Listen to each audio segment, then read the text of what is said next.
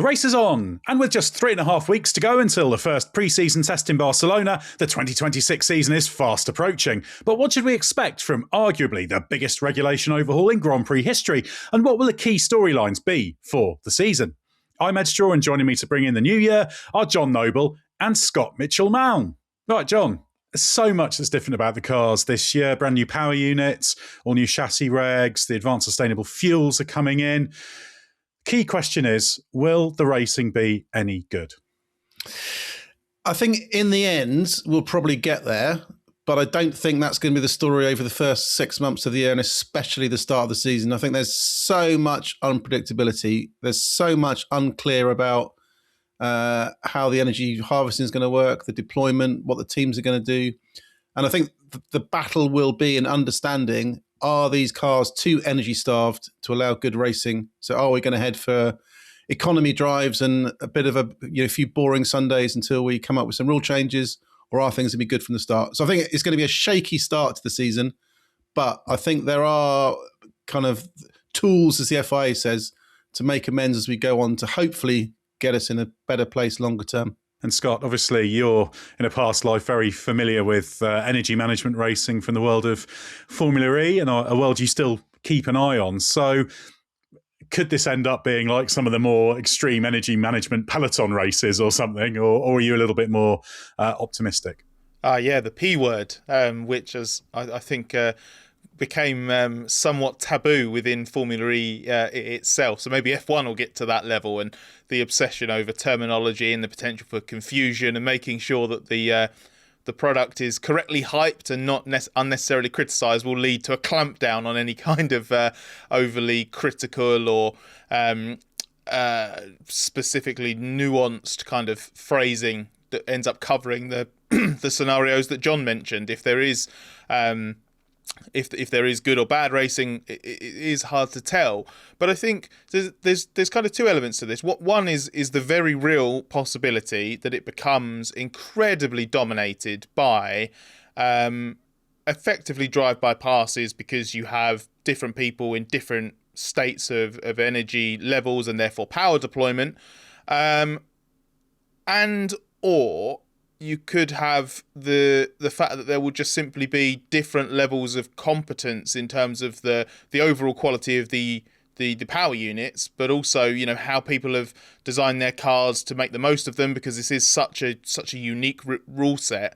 And then obviously how you game the energy management system, what kind of tricks there are that we won't know until the cars hit the track, which means there could be a big disparity in performance across the cars in general, which won't necessarily be good for racing, but could lead to a jumbled up order. So I think there's a lot more dynamism here than, for example, in Formula E. To go back to the example you mentioned and the pack racing there, where basically everybody spends the first half of the race trying to save, usually anyway, trying to save as much energy as possible, and then they run flat out to the finish late on. But that's obviously specific to tracks, really, where the energy use, where they're sort of energy hungry circuits, power hungry circuits. We'll have that in Formula One, I'm sure, but if we end up in a situation where the majority of the season looks like it's going to be dominated by teams not doing very much for most of the race just to make sure they've got the energy to run flat out towards the end, then I think that's where we'll see the tools that John mentioned get utilised, because the FIA has made an effort to ensure that something protecting the competitive balance of Formula One is enshrined in the regulations. It could be interesting, John, is there is a version of this whereby you've got variability about qualifying versus race pace. You've got variability of pace during races and variability of pace that creates passing and interesting racing.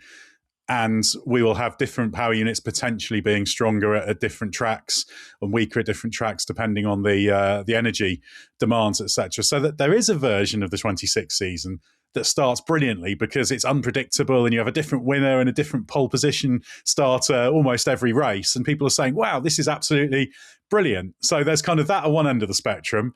There's the other end of the spectrum, which is everyone's just sort of energy managing and it's a bit dull.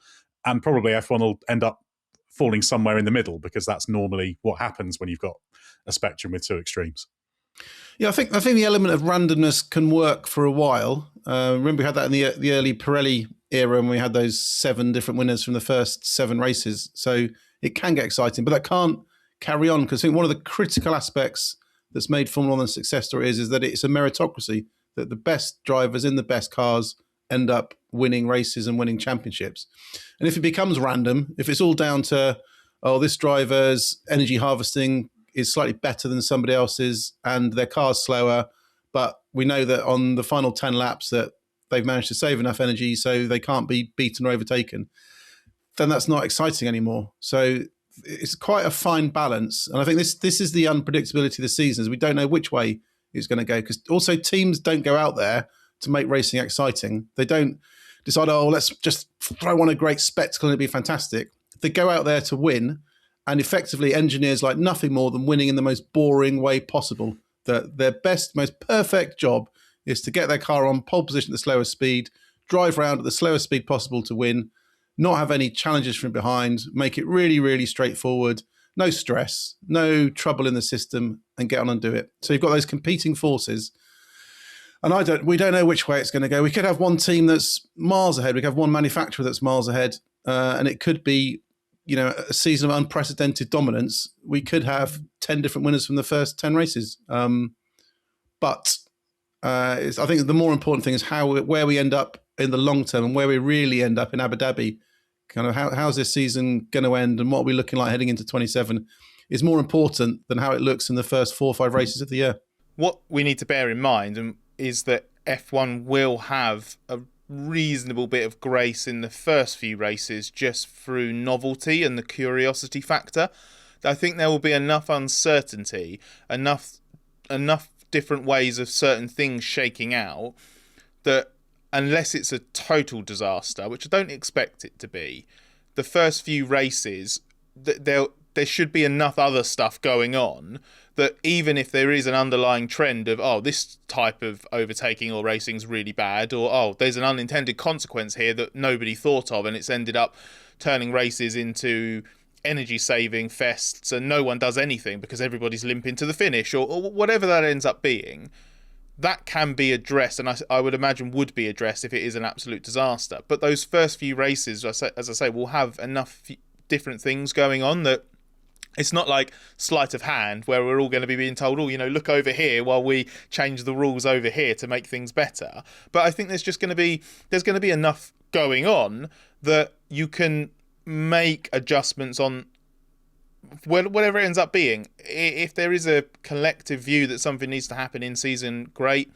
If it looks like it's something that can be managed towards the end of the year or over the winter and reset for 27, then whatever. But I think that is something we need to bear in mind. Like, if it would be so bad in the first race, then obviously F1's got a problem. But I don't expect that. The other thing is that when it comes to the possibility of seemingly random races or uncertainty because it's just a crapshoot basically who ends up winning the energy lottery towards the end of the race, I don't expect that to happen either, because I'm going to do my very best not to turn this into a Formula E podcast, but the thing in Formula E is that the best teams and drivers do win the most, and the right people win the championship at the end of it. So I still think you'll have, I hate the cliche, but the cream will rise to the top. So there might be a bit more randomness early on, but I think it would settle down as we go. I don't see it being because one of the things that I think gets talked about is the 2012 season, right, with the various different winners in the first however many races. And you had it in Formula E a few seasons ago where everybody was winning different races. Like, those seasons sort of get heralded in hindsight as like, this was amazing, so many different winners, all this, but they lack narrative. Like, they're not good overall. I don't think it'll be that bad. I think any randomness would filter in the first few would be filtered out after the first few races, but would help play into what I was saying about there's going to be so much going on early on that I think there'll be a bit of time bought to be able to sort out the biggest possible problems. So that's kind of my glass half full way of looking at it. I am aware of the potential negatives, but I'm cautiously optimistic that various other factors will make it quite enjoyable, including obviously the prospect of unreliability returning. Yeah, Andrew Shovlin, the Mercedes trackside engineering director, was talking about that in Abu Dhabi and said he did feel that early on that could be quite a significant factor. But teams are very, very good at fixing things very, very quickly. I always cite 2014 when the V6 turbo hybrid engines came in and testing started off as a bit of a mess. And I just remember thinking, you're not going to get 10 finishes in the points in Australia, and then 13, 14 cars finish, and F1 makes amazing progress. That's going to be an interesting story to follow. But one thing that's interesting, John, is obviously there's a hope that there's another step forward in terms of the raceability, as they like to call it, of these cars, in terms of the wake management and that kind of thing. Do you think that will be a step forward? And does it matter if the energy side of things is actually going to dominate overtaking anyway? Yeah, there's two aspects here. One is, we've talked about so far as the energy management and deployment and how that's going to impact the racing. But we've also got new cars and new aerodynamics. FIA's responded to mistakes it made with the 22 generation of cars. It allowed open up areas of development where teams could chase performance at the cost of disturbing the wake and messing up the ability to follow each other. We ran a story recently with some figures that showed the aerodynamic development. So, and I'll just read them off my screen here.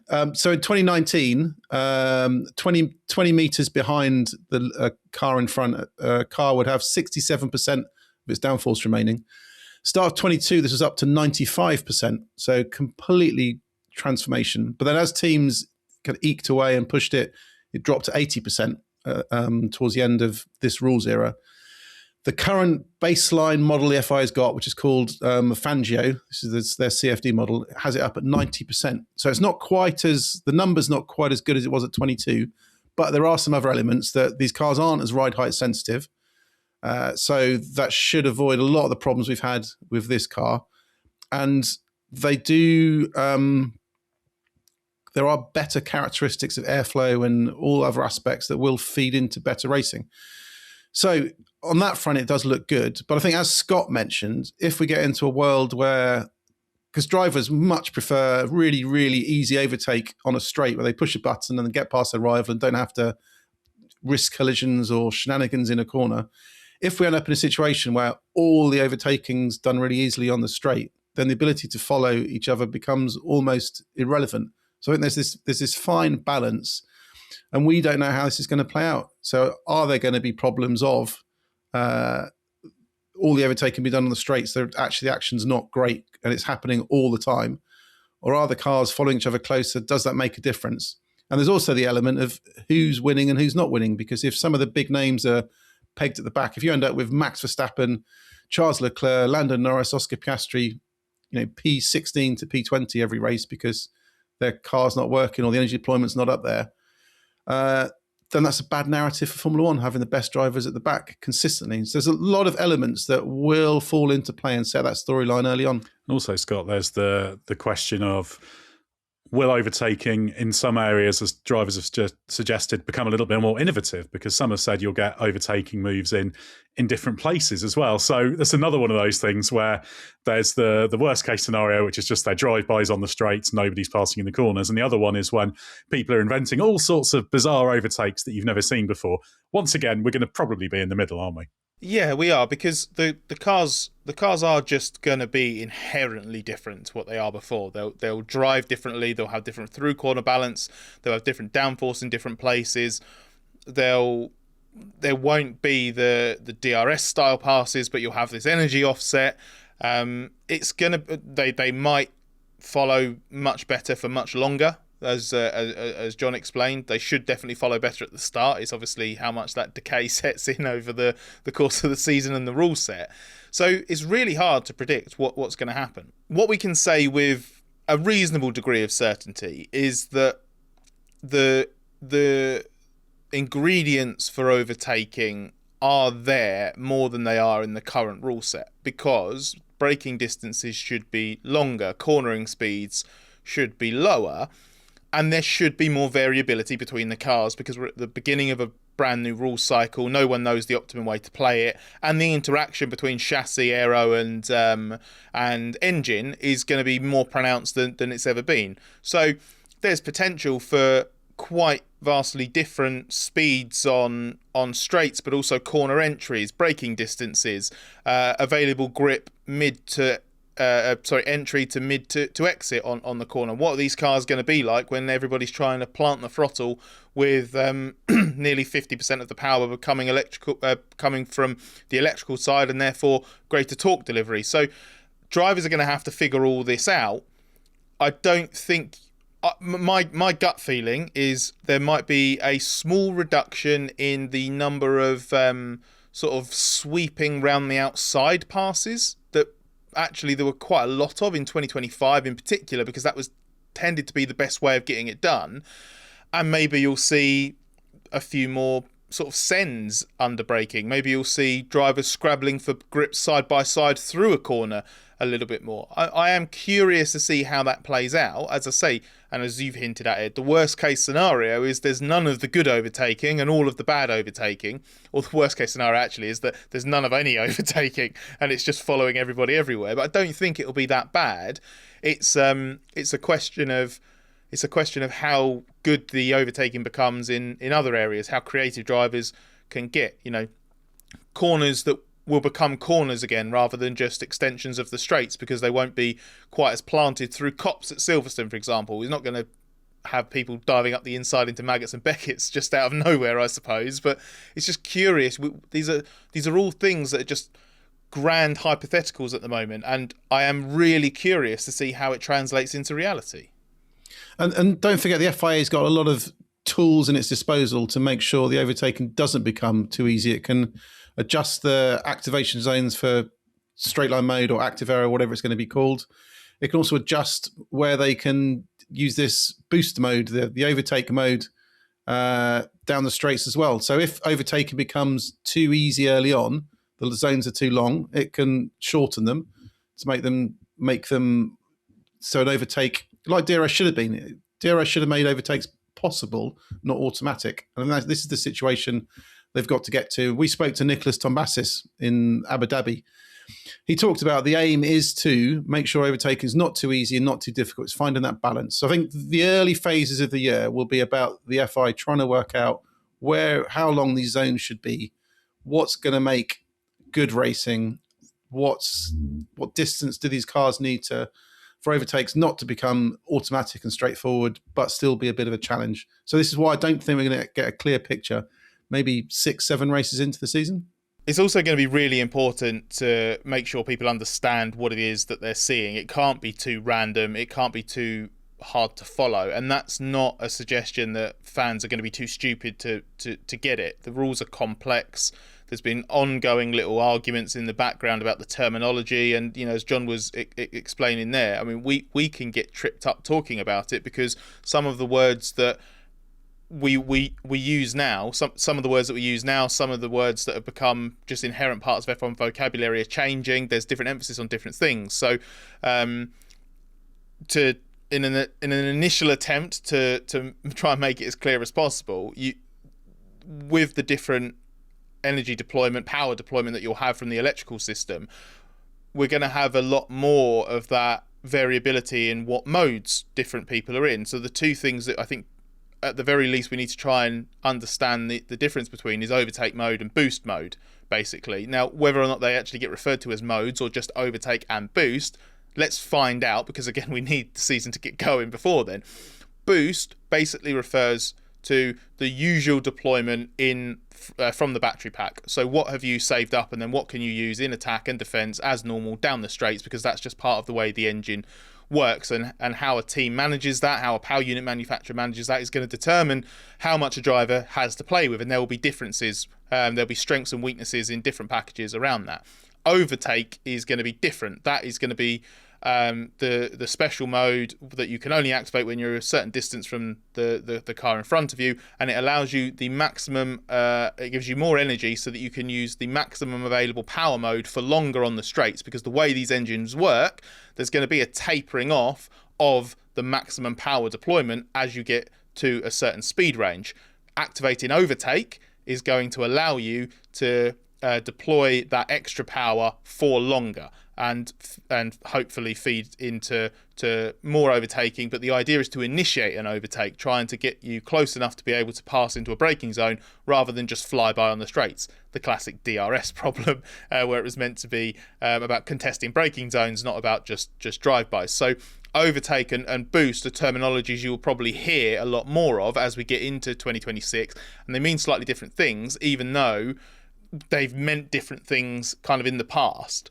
It could be quite complex, but hopefully it'll be quite simple, because inherently it is quite similar to what we became used to, especially early on in the hybrid era, when there were, in the period where there were different engine modes available and whatnot, before it all became a little bit more simplified. So nothing that you haven't experienced before. I hope this doesn't come across too daunting, but there's been so much back and forth over what to call things, and there'll be so much of a disparity in how this potentially plays out. It can be a little bit tricky to follow, and I think everybody kind of has a part to play in trying to understand it as best as possible.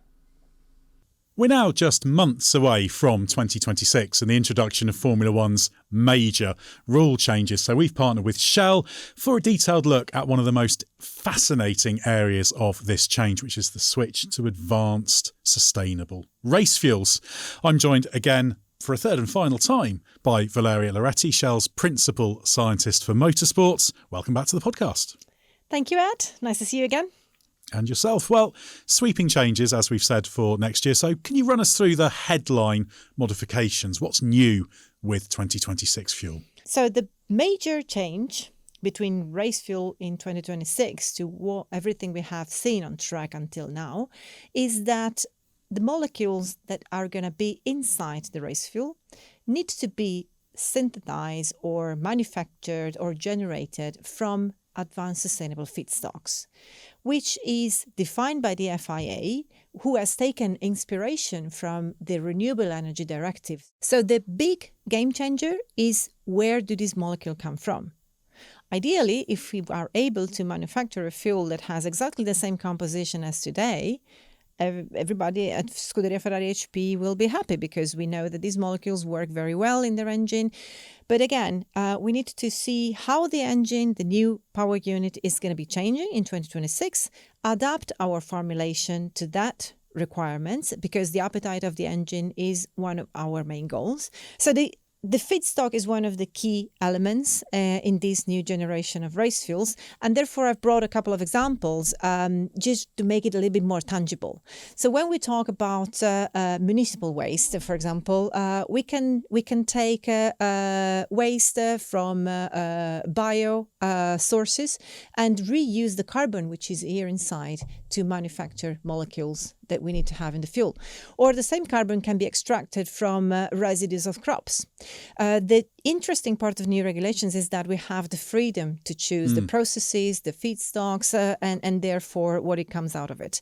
So we can use, for example, residues of paper or wood industry.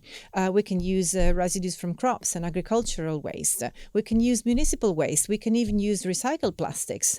The important thing is that we need to measure the energy that is used to process the molecules we want out of the feedstocks.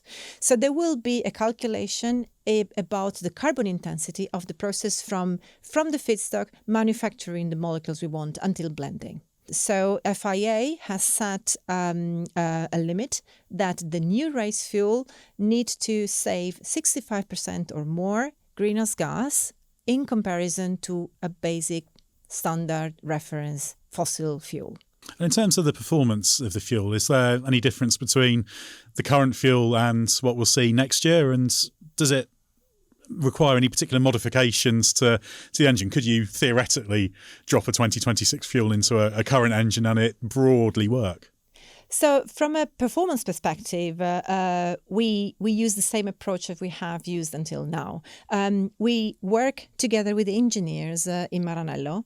They obviously have a plan how they want to design and further optimize their new power unit for 2026. And this obviously will introduce modifications to what we have today. And based on these modifications, we understand what is the appetite of the engine. Again, we work like a tailor So we try to understand how the engine is designed and which molecules will fit its appetite in the very best way. So it's like designing a dress for a specific body and not just going somewhere in a retail store and buy one that may fit you. So this special optimization doesn't really change. So there was a phase of this project around exploring, understanding what is available on the market, what is a technology well known, but also exploring the gaps. What is that we would like to have but doesn't exist? So we consulted with experts on manufacturing, for example. We consulted with chemicals, people doing the optimization of all the process in manufacturing. So we really leveraged the knowledge of a very big number of colleagues. We also have to optimize the supply chain. So the supply chain is a big contributor to the overall carbon intensity. So this is where our team in motorsport has grown a lot in the last couple of years. So much that we had to split it in two.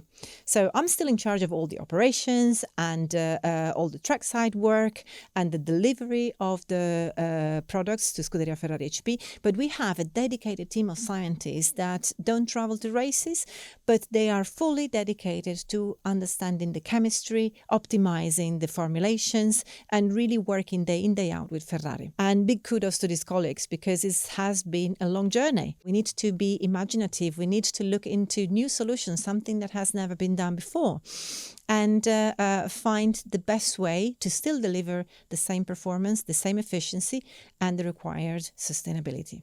Now, there's so much changing. What excites Shell most and you most as a fuel scientist about not just the change in Formula One, but the changes we're seeing in fuels in motorsport as a whole? I like the challenge. I like when there is a plot twist, when there are some new regulations being added.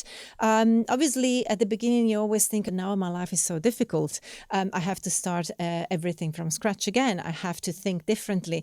But that is actually what fuels the excitement, what makes a job interesting every day. So having a new set of regulation, a new goal, some new boundaries is just raising the bar, making the game more difficult, but also much more fun. Now, Shell and Ferrari recently renewed their long-standing innovation partnership. So how's that evolving with all of these changes going on? Well, Shell and Scuderia Ferrari HP have been partnering together since 75 years. So this year we celebrate the 75 years from the start of the partnership. And we've been working together for so long because we do share the same values. We are both a technology leader in our fields. We are passionate about technology, and we want always to push the boundaries and to introduce new innovation. Obviously, motorsports is about winning and the competition and being able, to influence the competition by what you do day in, day out is a great added value. Well, thank you so much, Valeria. It's been fascinating to hear all about F1 Fuel and Shell's involvement. I've learned a huge amount, and I imagine that everybody listening at home has as well. We should talk a little bit about the active aero. Of course, much of the chassis regs in these 2026 regulations have been conceived to have less drag on the straights because of the energy demands while still having downforce in the corners. That's led to quite a lot of compromises. And one of the things is active aero. And John, this is another one of those areas where terminology has come into it. So is this going to be another area where there might be confusion, or actually is it going to be quite straightforward once people are used to it? Because although there are some interim steps and that kind of thing in certain conditions, most of the time it'll be almost invisible because they're just going to be in straight line mode on the straights and cornering mode in the corners, and everything cancels each other out. Yeah, I think this is a classic F1 overcomplicates something that should be quite simple. That it is just active aero. That drivers will push a button, the wings will flip up, go flat on the straights to reduce drag, reduce rolling resistance for the tyres, and then in the corners they go back into normal mode. You didn't actually need to name them anything, I don't think. So we ended up with this X mode and Z mode that confused everybody from minute one it got announced because nobody could work out which was which. It was clearly not going to work. Then you could have had straight line mode and not even have a cornering mode, because cornering mode is just normal in some respects. So you didn't need to do that. So I think just falling under the active aero banner will be fine. I don't think anyone will notice it. Everyone will be running roughly the same modes at the same times.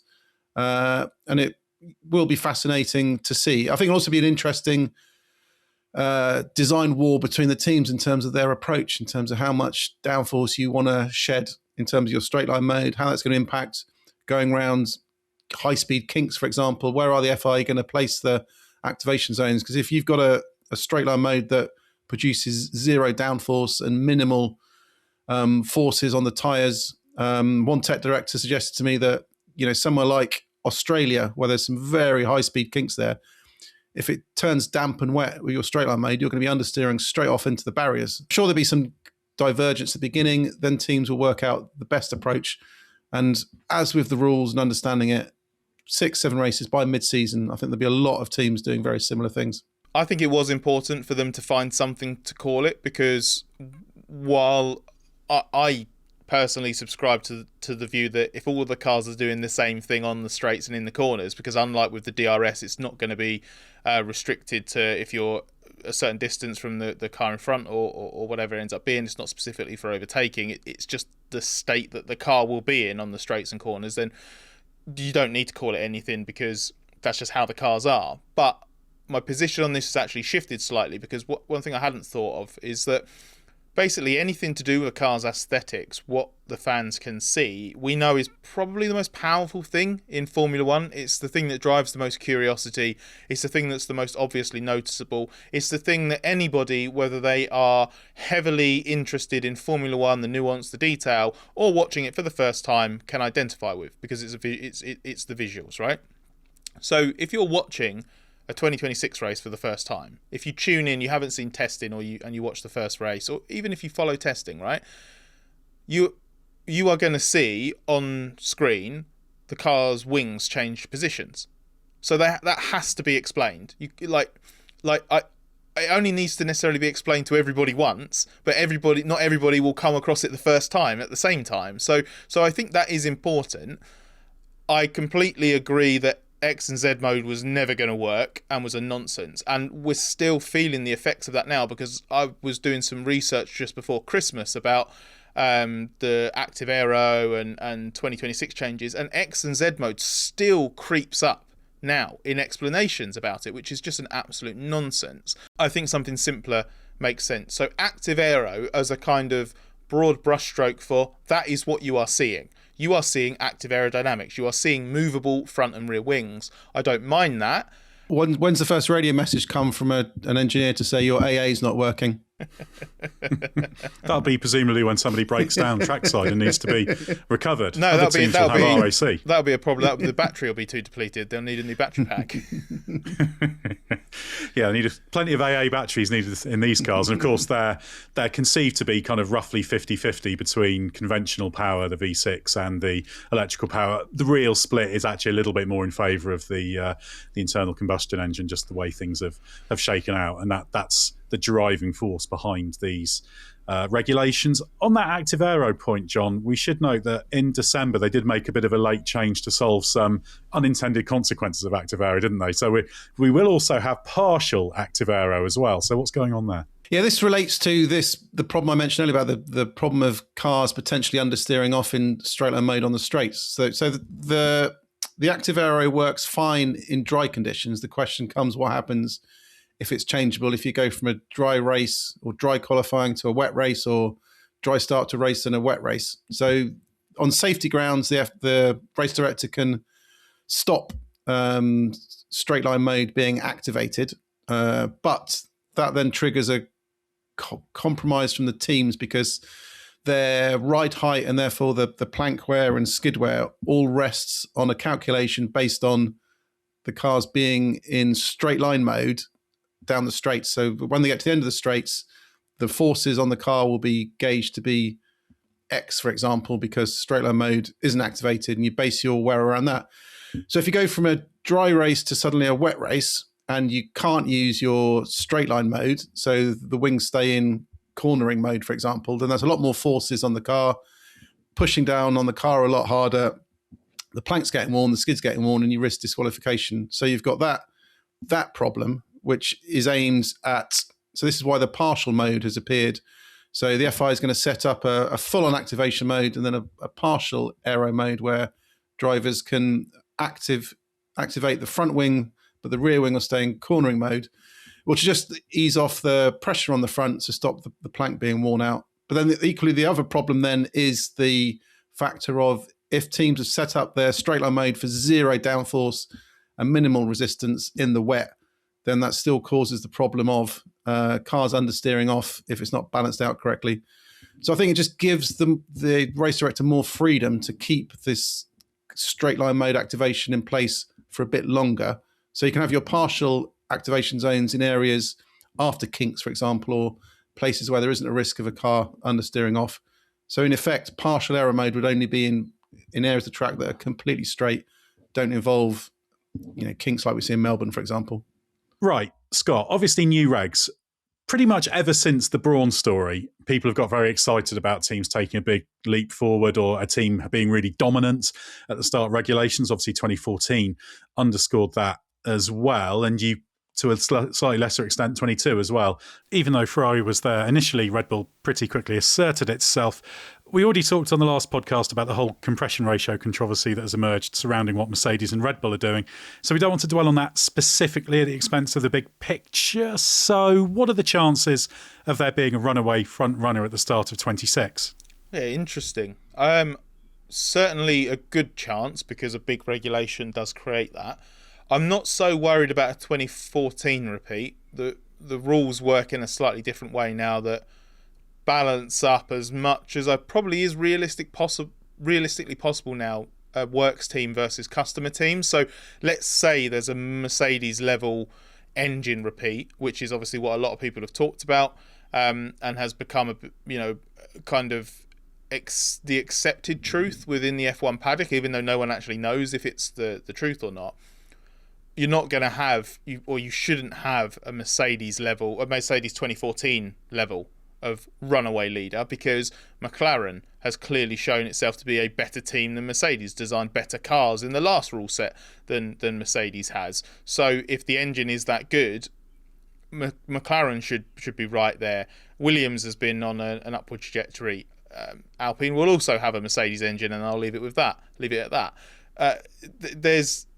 There's less of a reason, I think, to expect that, but what you do have is, because so much is changing and the way that you utilize everything is going to be so different, and what the best aero solution's going to be, and then, as I mentioned earlier, that whole interaction between car and engine, even within the same power unit usage, I think there could be quite big scope for how much you get the most out of it.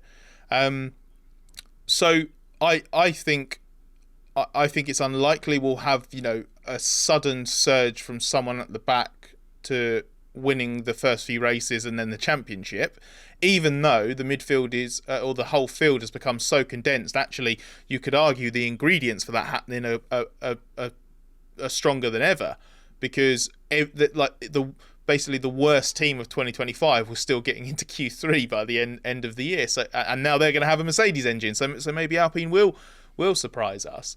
I still think you should have, over the course of the season, the more of the usual suspects at the front, but maybe with a bit more variety, maybe with one or two surprises, and maybe the possibility that a certain solution puts someone ahead by a reasonable degree at first. So maybe a head start rather than dominance. I don't know. Maybe I'm missing something in these regulations, but obviously if it was obvious where the loophole was going to come from, then I think teams would either have been talking about it and going, well, that's going to be where someone steals a march, or the FIA would have worked out to try and shut it down. It's not going to be obvious, otherwise it wouldn't be there. One thing that is interesting, and we can go to the world of acronyms here as well, is that obviously if there is a team that has a big advantage, it's more likely that's going to be rooted in the power unit and the way that operates. But there is, and I'm not sure how we should pronounce this, John, but AUDO, AUDO, additional development and upgrade opportunity. Should we get AUDO or AUDO, I guess? I guess if it's Audi, it's AUDO then, isn't it? So there is quite a fast mechanism there because the power units are homologated, but they're following the performance in kind of 6 race blocks, certainly the first three 6-race blocks of the season. And you do get some various different means whereby you could start to catch up in terms of upgrades or extra dyno time, all these little things that should mean that if a power unit is really struggling or one's miles ahead and a load need a boost, that's the mechanism they've got there on the power unit side, isn't there? Do you think that's going to be quite a big talking point early on? I think it'll become a big political talking point early on because the manufacturer that comes out of the gates, steaming ahead, has done the best job in the winter, everything looks all hunky-dory, will find themselves, if they've done too good a job, all the rivals get this extra development time, all the extra dyno testing, all the extra means to catch up. And then the question is, which isn't clear from the regulations, does the extra benefit you get actually give you the ability to leap yourself not only towards the front, but to the actual front and overtake someone who's done the best job? And I think this will become a big talking point over the first phase of the season. If there is a big divide between manufacturers, if Mercedes, for example, is ahead and we've got Ferrari or an Audi or a Red Bull or a Honda that's struggling at the back, suddenly 6 races in, they get their development route door open, and then halfway stage of the season, they unleash their B-spec engine and suddenly they're ahead by half a second. Then you've got a huge political fight going on. So this is the element that remains uncertain. And I think this season is going to maybe be the similarities towards the start of 2009, for example, with Brawn, is that there may be areas of big discussion off track about regulations and interpretation and what is allowed and what isn't allowed and what is fair. And especially, I think the manufacturers, and this is what team boss said this to me recently, the manufacturers will have to take a choice collectively. Do they make decisions based on their own individual competitive performance? What is best for us to keep on winning? Or are they going to have to make calls about what is good for the sport? Because if we end up in a scenario where one manufacturer is dominant, has a good, decent power base to stop votes going through, stop changes being made, do they stand firm even if they're dominating and the season's looking boring and it's going to be a long way back for everybody else? Or do you make a call, actually, it is better to close things up and make some changes that shift things? For example, are we going to have a renewal of the shift away from 350 kilowatts deployment down to 200, as the FI suggested earlier on last year, which would then space out the energy recovery, not make things so energy critical, not make the car so energy starved? Is that a discussion that's going to come back onto the table 4 or 5 races in when we realise that actually the racing isn't great, this energy deployment isn't working, we need to change it? And then does a manufacturer stand firm against it and say, absolutely no way, we've developed our engine for this, we're doing a brilliant job, it's up to the others to catch up? It's also worth noting that there is an engine or power unit cost cap now that's been in force for a while for developments of these. So you made that point about just because you get extra time and changes and resources doesn't necessarily mean you catch up, because everybody, and where this differs from 2014, where Mercedes started they had a single cylinder engine before they'd even finalised what the regulations were. They were so far ahead in development in 14. Now your kind of development, because there's an annual cost cap financial regulations doing it, every one of those manufacturers should have, plus or minus a small amount, had exactly the same resources and opportunity to develop as well. So it's a more level playing field in that ground. So you could argue that makes it less likely there'll be someone who's got a power unit that's far and away ahead, but you can't legislate for people doing better jobs. Do you reckon there's any potential here for someone to try and game the system? If you're looking at it and you think that you're going to start the year a little bit behind anyway, is there an argument for using those assessment periods, basically, a little bit how you have it in sports car racing, where there's balance of performance and there's always the suspicion around Le Mans that people have basically been sandbagging to make sure that they get a favourable BOP for Le Mans? I wonder if there might be some, not necessarily, I'm not going to name names because don't think there's a specific manufacturer that jumps out as, oh, they definitely do this because that's just what they're like.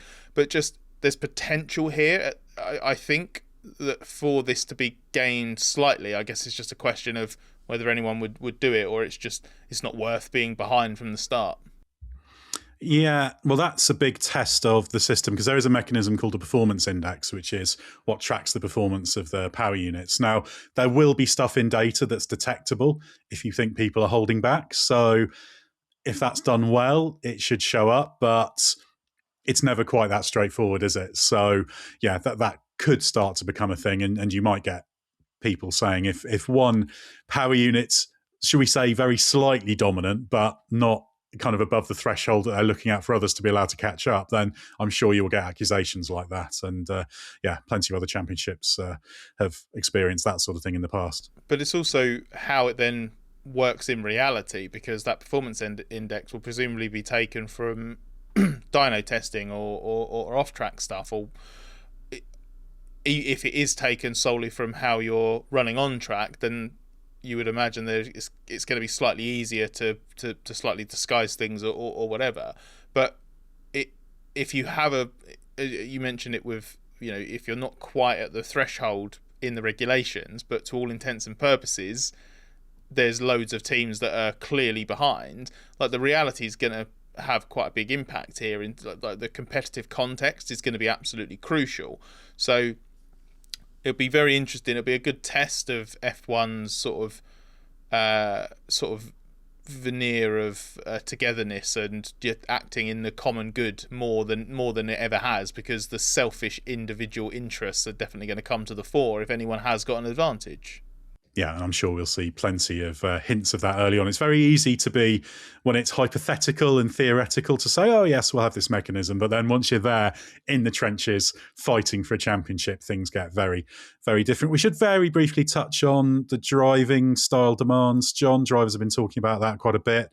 A lot of the race drivers have been dipping in and out of the simulator program, and now we're in the off season. They'll have done quite a lot of work on this. By the time we get to Barcelona, they'll have done plenty of running. So that's going to be an interesting subplot as well. Which drivers adapt well, and what you can do stylistically to optimize your energy harvesting while also still producing a quick lap time. Yeah, a lot depends, and we still don't know the full picture in terms of how much is this overall choice of energy deployment going to be dictated by teams telling drivers to do things, and how much is going to be done on the fly in races, for example, that is a clever driver who realizes, if I don't use my energy down this straight, it gives me better power down, the run between turn 4 and turn 5, and then I can do an overtake between 6 and 7, for example.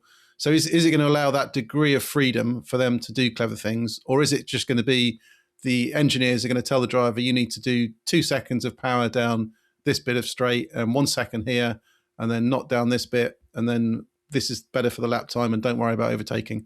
So I think that's to be seen at the moment. Hopefully it allows clever drivers and good racing and a bit of strategic thinking from some drivers, because if we do end up in a bit of a cat and mouse game where a pursuing driver can trick the lead car into burning through too much energy and then can benefit later on, that's quite a good narrative to talk about afterwards. But if everyone ends up doing exactly the same thing, then it becomes irrelevant and the driver doesn't make a difference, and that's quite boring.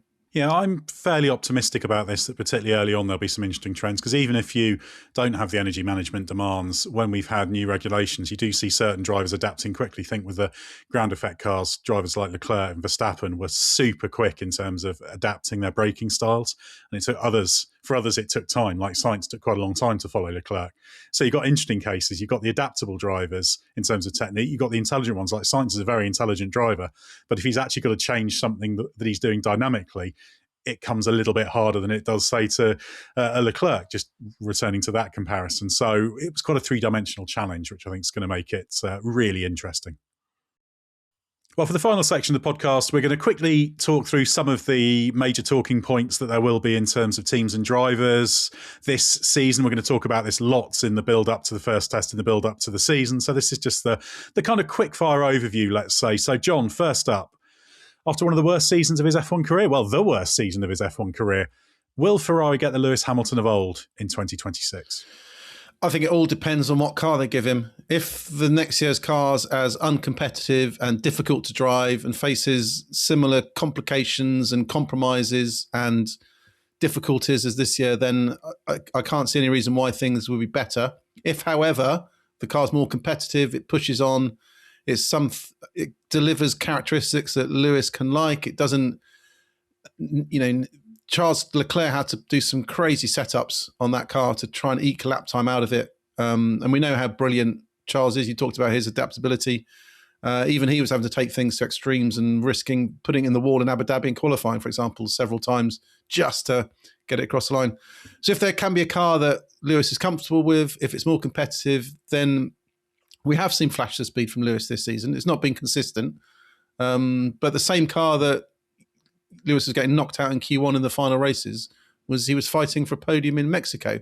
So there is evidence that on the right day he can still do it. The question is, what is that car going to be like? And that will decide everything. I don't think it's to do with, there'll be suddenly be a switch that makes Lewis bang, put it into Q3 all the time and fight at the front if the car's not competitive. But if the car's good, then I think there is still some potential there. And of course, Ferrari's probably the team that's got the greatest potential for a massive meltdown at the start of the season. If they're not if they're off the pace and struggling, heads are going to roll. It's going to be an absolute mess, isn't it? But if things go well and they start well, then it'll be a great story. And then the focus kind of will be more on can Hamilton match Leclerc. Right, Scott, how worried should Red Bull be about the performance of its Ford-badged in-house power unit? They will either be worried already, or they'll actually be relatively content, and then it is a validation or a rude awakening come testing. It's very, very hard to know until we see cars run on track. Testing will give us an idea, but you really need to get there's going to be so much variance between the engines and the potential variance, I should say, not just in terms of how they run, but what their sort of capacity is, but or effectiveness rather. But then, is one engine better suited to qualifying but actually ends up being preferred over a race distance? Is it going to be different track to track with different levels of recharging available depending on the track layout and the braking zones and whatnot, the deployment demands, whether you're using normal boost or you're in overtake or whatever. So that's going to be really curious. I know I'm kind of dancing around it a little bit, but it's because the truth is we don't know, and Red Bull don't know. But the challenge of doing an F1 engine for the first time is absolutely monumental. Red Bull's engine company is an engine company. It would be wrong to say, what does an F1 team know about building its own engine? Because it isn't. It's a fully spec'd out, highly skilled set of people working their proper powertrains company. Ford's involvement is going to be limited. If there is any kind of meaningful technical input, I think it will be on the hybrid side in a specific capacity rather than anything particularly grand. But even if you were going to say it's got Ford involved, Ford's a proper technical partner, what does Ford know about making a high-performing F1 level hybrid engine? There's a big unknown there. I'm not saying that they can't do it. It's just going to be really hard. Look at what Mattia Binotto, who knows a lot about these hybrid engines from his time at Ferrari, has said about Audi. They're relatively content now, I think, with where they're going to get their engine to. But it's still, there was a point a few months ago where sort of behind the scenes there was a bit of concern there within Audi of like, well, the engine's probably going to be a bit underpowered and potentially a bit unreliable, and we'll see how we get on and try and improve it. I would be stunned if Red Bull and quote unquote Ford do something to the level of Ferrari, Mercedes certainly, but maybe even Honda, even though Honda have been playing catch up a little bit alongside Aston Martin. Their best bet is to try and be probably least worst along with Audi, or in a similar ballpark to Audi, but there has to be a realistic possibility that it has the worst engine. And then, of course, the worse the power unit is, the less competitive Red Bull is, the faster and the louder the rumours about Max Verstappen's future will start to swirl. So that could be an interesting subplot of the first part of the season. In fact, it could even be a major plot because that's going to be a huge thing. Right, John, has 2026 come a little bit too early for the Aston Martin, Adrian Newey, Honda Dream Team? I don't know if it's come too early. At some point, there was going to be a first year. In a theoretical, perfect world, this partnership could have had 2-3 years to prepare. But even if this relationship had started 2 years earlier, then you're still at the end of this rule set. So there was no perfect time for this. I don't think it's going to rock up in Melbourne next year and be utterly dominant. And Newey goes on and adds another title to his bow straight away. But I think the basis is there. There's some bullish talk out of Honda. Newey's been getting his fingers heavily involved inside Aston Martin, changing the dynamics of the team, its focus, its design, operations, the infrastructure, where its resources should be. So it's all moving in the right direction. And success in F1 takes time. It's very rare for a team to go from 1 year to the next with new staff and it instantly delivers progress and performance. So I think we'll see a step next year and then a further step in 27 and a further step in 28. And at some point, that should result in at least race wins. But I mean, until we know how these rules shape up and how each power unit compares to the other, I don't think we can talk about anyone being nailed on for a championship. Scott, Oscar Piastri, he's had the winter to lick his wounds after losing last year's World Championship. Can you see him hitting back? Yes, yeah, if the McLaren's good enough, certainly. He made a big step in his third year of Formula One, got to a very, very good level, should have been world champion if it weren't for all manner of combinations of things that went against him, his own mistakes, harsh penalties, bad luck, whatever you would be. McLaren working against him if you subscribe to that particular view.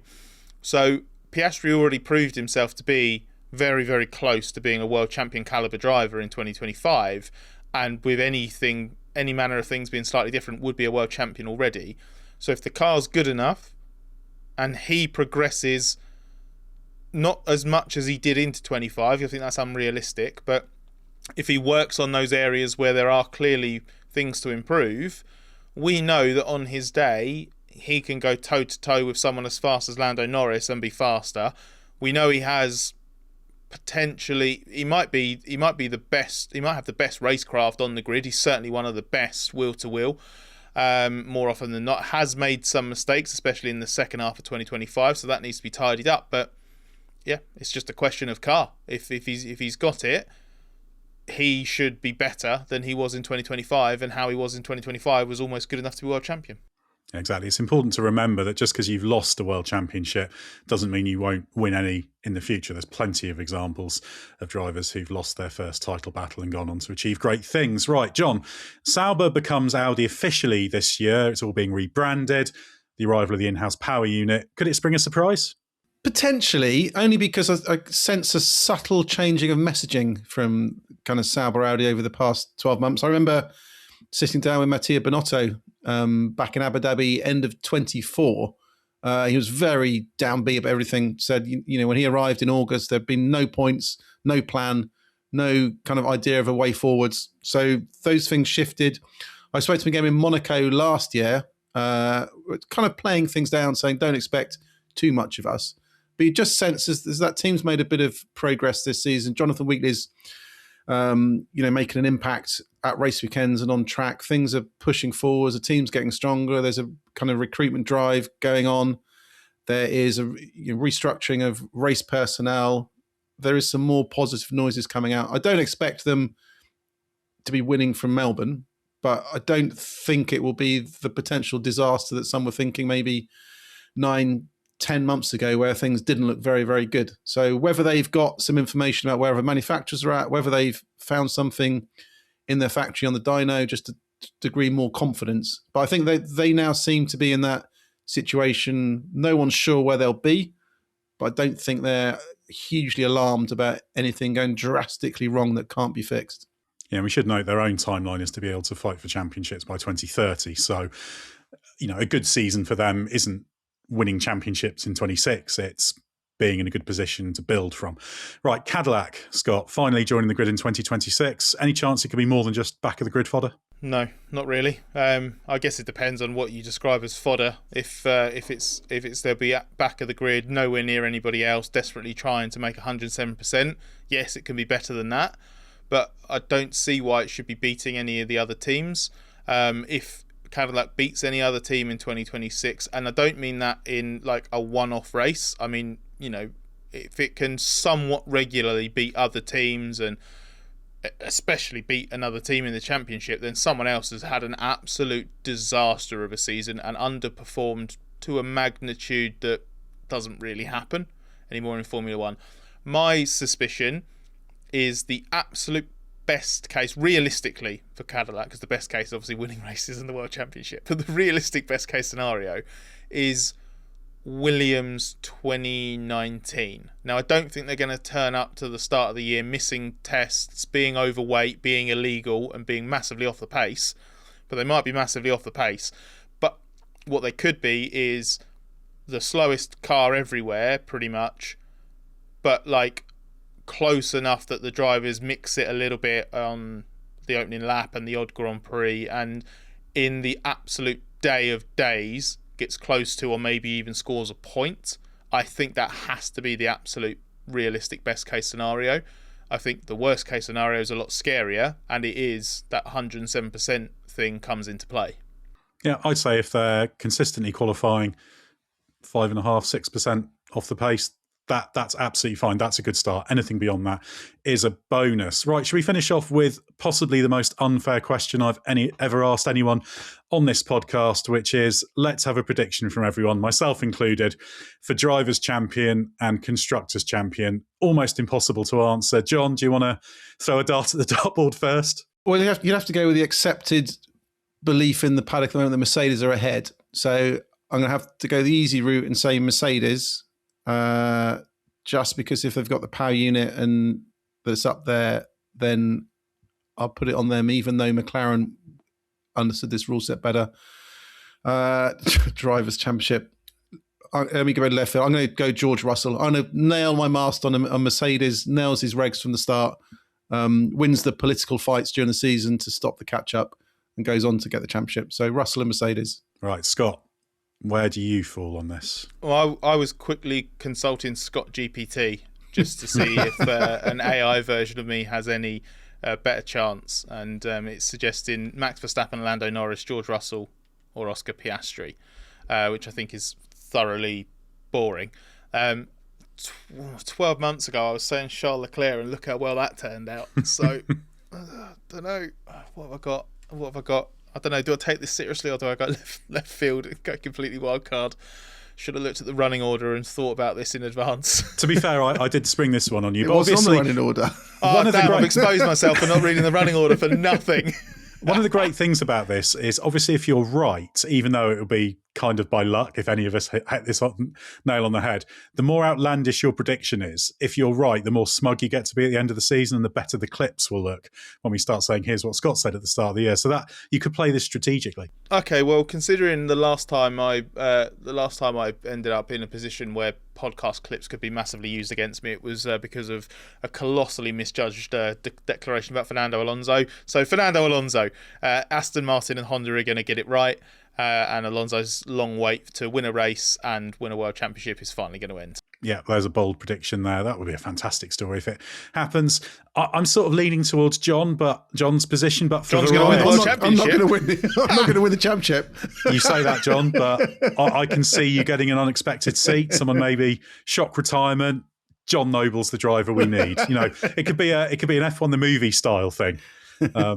Probably not, although you're sort of towards the age range, but probably even younger than that still. But yeah, I'm going to go on the basis of, let's just go for the Mercedes power unit being best, and to make it interesting, let's say McLaren still has the edge, which is going to be very, very difficult. My kind of natural inclination would be to lean towards the works team, because I do think their overall performance potential is very fractionally higher if they get 100% out of themselves. But let's say McLaren Constructors Champions and Drivers Champion, I'm going to go Oscar Piastri. I think if the McLaren is up there, I think we will see a fourth-year Piastri taking another step. He's a driver who learns. So yeah, let's go with Piastri and McLaren. There's also an element within that of what does winning the World Championship do for Lando Norris. We talked about this at the back end of 25, but is he going to take a step now that that kind of confidence is there, and he's the doubts he even had about himself are kind of eased, and he's more comfortable with himself and his place, and does that unleash it so that those peaks become more attainable more often? Or does he just struggle a little bit to hit that level of kind of motivation and focus and drive, because the ultimate prize of becoming world champion for the first time isn't quite there anymore? And in that situation, the door would be open for someone like Piastri to ruthlessly take advantage, because the margin just doesn't exist to leave that kind of thing on the table. If it came down to Mercedes versus McLaren, if it was, McLaren engine has the advantage and it's those two teams going at it, that would be quite something. I'd be really interested to see that, because I reckon George Russell in championship fighting mode would basically be. I mean, I was gonna swear, but I've caused enough editing stop starts in this. I don't need to force a bleep. But he would be a deliberately difficult person to beat at times. He's capable of being a bit Verstappen-y, not in a critical, unfair, plays dirty way, but just in a ruthless, willing to really, really push the limits kind of way. So if the Mercedes is good enough to win multiple races, Russell would be my more serious pick. The great thing is that I think at this stage of the year, there has never been a season that's been more difficult to predict in terms of making a coherent championship prediction. I genuinely don't think, certainly not in the past 30 years or so, has it been just so difficult. So that's a positive in itself, isn't it? Rule shake-ups are always interesting. More pieces have been shaken up than ever before, and that could make, well, it'll certainly make for a really interesting pre-season testing and early races as it all settles down, and it could make for a really, really exciting season. I'm wary about these regulations. I'm concerned about the fact that the cars are too compromised for the power units, but equally, there's a version of this season that could be absolutely fantastic. So pre-season will stay on the optimistic side. So thanks very much, John and Scott, for your insight. We'll, of course, be there at every race in 2026. We'll be doing loads of coverage on the website, loads of podcasts, loads of videos on YouTube, and, of course, the Race Members Club will continue to bring its members all sorts of extra added content. So search for the race on Patreon or click the link in the episode description to find out more about that if you'd like to sign up. So Happy New Year to everybody, and stay with us for everything you need to know about the world of Formula One.